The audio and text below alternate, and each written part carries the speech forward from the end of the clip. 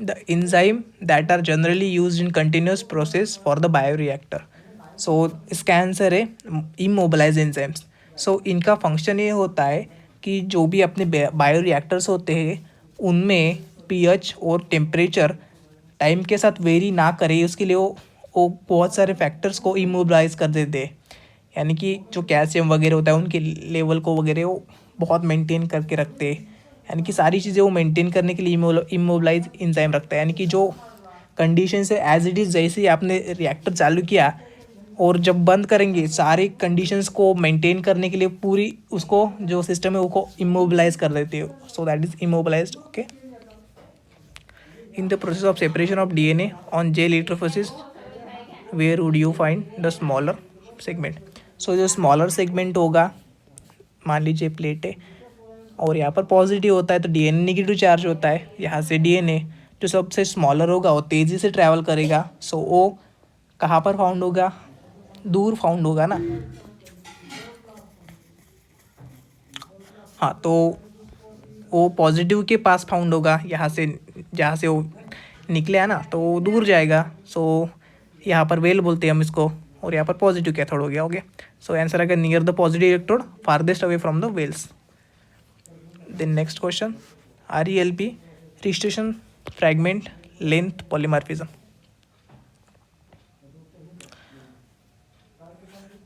सो ये जो है ना इसे हम this is the principle of DNA fingerprinting. So देखते हैं किसमें आंसर आता है.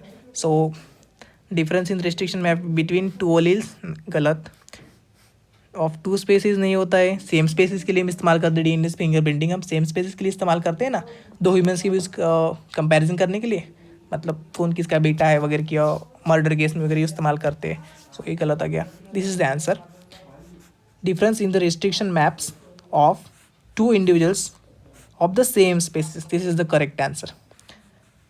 Technique used to fingerprint patterns, fingerprint के लिए इस्तेमाल नहीं करते हम. So answer is C. तो इस क्वेश्चन में पूछा है eukaryotic gene do not function properly when cloned in bacterial cell. This is because of the inability of the bacterial cell to exercise introns. आपको पता है कि बैक्टीरियल सेल मतलब वो प्रोकैरियोटिक हो गया और यूकैरियोटिक जो सेल होती है उसमें जो भी जीन्स रहेंगे उसमें इंट्रॉन्स के साथ एक्सॉन्स भी प्रेजेंट होते हैं. ओके. सो दोनों प्रेजेंट होते हैं और जो प्रोकैरियोट्स होते हैं उनमें इंट्रॉन्स नहीं होते क्योंकि उनमें डायरेक्ट ही चलता है सब कुछ. सो जब भी आप कोई डीएनए यूकैरियोटिक सेल से उठाकर प्रोकैरियोटिक में डाल दोगे सो प्रोकैरियोटिक सेल के पास वो एबिलिटी नहीं है को इंट्रॉन्स यानी कि जो फंक्शनलेस पार्ट होता है उसको नहीं निकाल सकेंगे. So particular gene functionally proper नहीं कर पाएगा, प्रॉपर फंक्शन कर ही नहीं पाएगा. सो answer is that. Okay. Which of following is this is answer. Plasmid,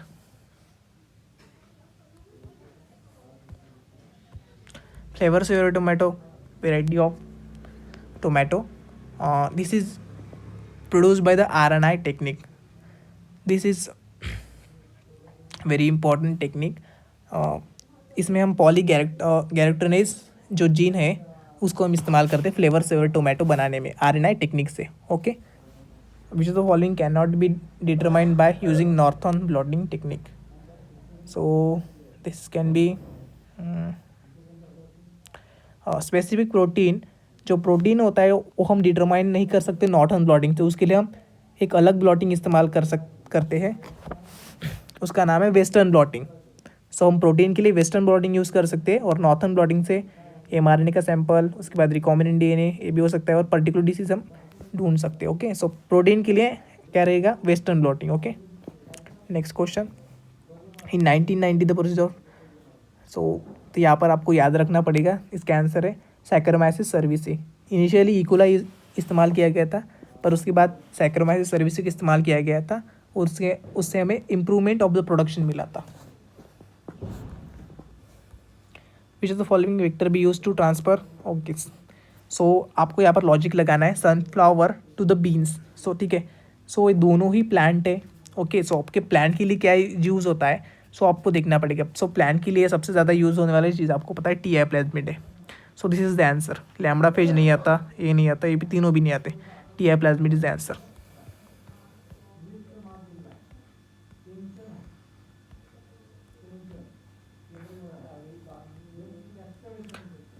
The enzyme obtained by the bacterial thermus is employed for that is employed in the PCR. ठीक है, PCR में employed करते हैं DNA amplification in PCR. Which cell are required to obtain hydroma. ठीक है, तो ये question आपको याद रखना पड़ेगा. So इसका आंसर है C, B lymphocytes and myeloma cells. Okay, so answer is the C. Shotgun approach is used for the construction of इस अप्रोच से हम क्या कंस्ट्रक्ट करते हैं, हम इसे जीनोमिक लाइब्रेरी बनाते हैं. ठीक है, तो आपको याद रखना पड़ेगा एक दो questions. JMFs have proven their importance. JMF मतलब जेनेटिकली मॉडिफाइड फूड. JMF मतलब जेनेटिकली मॉडिफाइड फूड. सो इससे क्या होगा, they will cause less damage. नहीं, ऐसा नहीं है. They will increase quality. So इससे हमें प्रॉफिट ज़्यादा मिलता है. Convenience, no, this is not.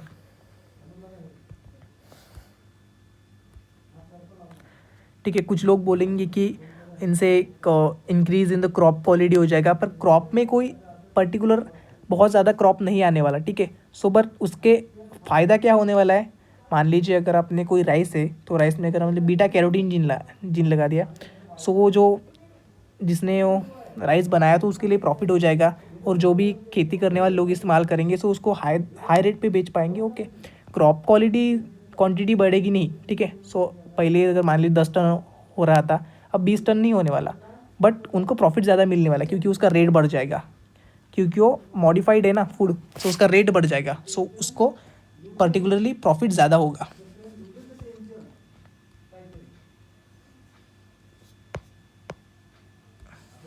Recombinant DNA technology can be used to produce medically useful protein. Which of the following can be produced? So इससे हम ऑल ऑफ दिस प्रोड्यूस कर सकते हैं. इंसुलिन प्रोड्यूस हो सकता है, इंटरफेरॉन और सोमैटोसाइटिन, तीनों ही प्रोटीन हम इन मेथड से बना सकते हैं. GMOs are developed by DNA technology and genetic engineering. They are useful in all of this.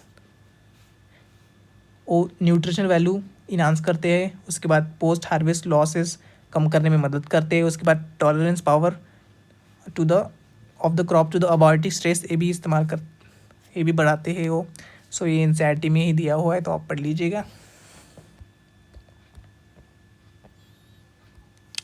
Which of following is not correct for restriction in nucleus. तो एक एक देखते हैं. It is present in both prokaryotic and eukaryotic. This is wrong. Majority of restriction endonucleases are present in only and only prokaryotes. This is wrong. Each restriction endonuclease consists of the एक correct है, सो हमें wrong ढूंढना है ना, सो पहला answer आ गया. Restriction enzyme work in the presence of MD2+. This is correct. Type 2 do not require. Okay, भी सही है. 40 नंबर क्वेश्चन देखते हैं. इन अगारो जेल इलेक्ट्रोफोरेसिस. सो मैंने पहले भी बता दिया है कि हम इसमें इथिडियम ब्रोमाइड नाम का एक डाई इस्तेमाल करते हैं टू विजुअलाइज द DNA. और अगर इसमें पूछा जाए तो स्मॉलर मॉलिक्यूल्स फास्टर माइग्रेट करेंगे. यहाँ पर लार्जर मॉलिक्यूल्स दिया है, इसलिए गलत हो गया. सुपर कॉइल्ड, ये भी गलत है. उसके बाद रिपीट हो गया शायद क्वेश्चन.